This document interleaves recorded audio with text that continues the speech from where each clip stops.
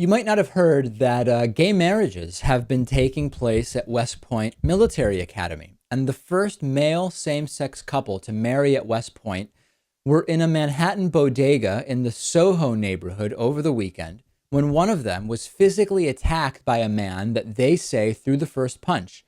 As David Badash writes in the new civil rights movement, Larry Lennox Choate III wrote on Facebook, "It's hard to believe that in 2015, we would have to deal with anti-gay hate crimes in Soho of all places, but that's what happened today.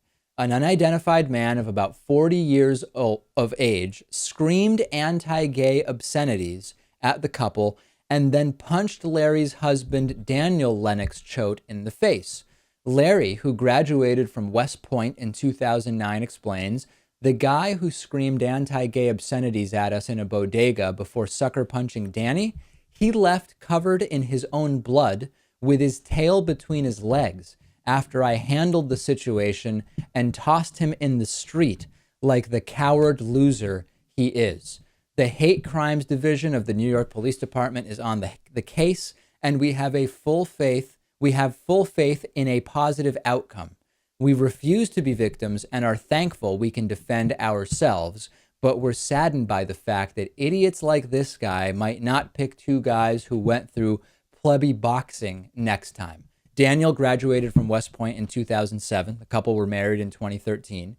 It's incredible to me that even in New York City, but not only in New York City, in Manhattan, but not only in Manhattan, in Soho, that we have this type of just open, homophobic gay bashing, right? Maybe if we say, well, what are the more conservative parts of New York City? Staten Island votes a little more conservatively.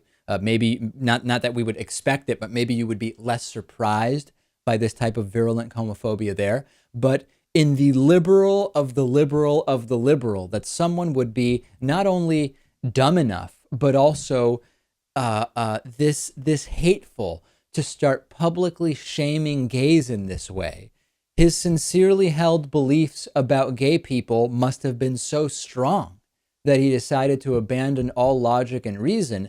And I would argue that by its very nature, homophobia is an abandonment of logic and reason. I've said this before and I've said it again. I can't really take anybody seriously if they're anti-gay. Could you take someone seriously if they thought that black people shouldn't be allowed to serve in the military, or that the earth is flat, or that praying for rain works? No matter how reasonable they sounded on car repair or computer technology or farming or whatever else, I would have a very hard time taking that person seriously with regard to anything. If they said, yeah, I just fundamentally don't think that gay people should have the same rights as others and think that being gay is a sin for which God will punish you and us as a society. I'm sorry. I just can't take anybody seriously who holds those views.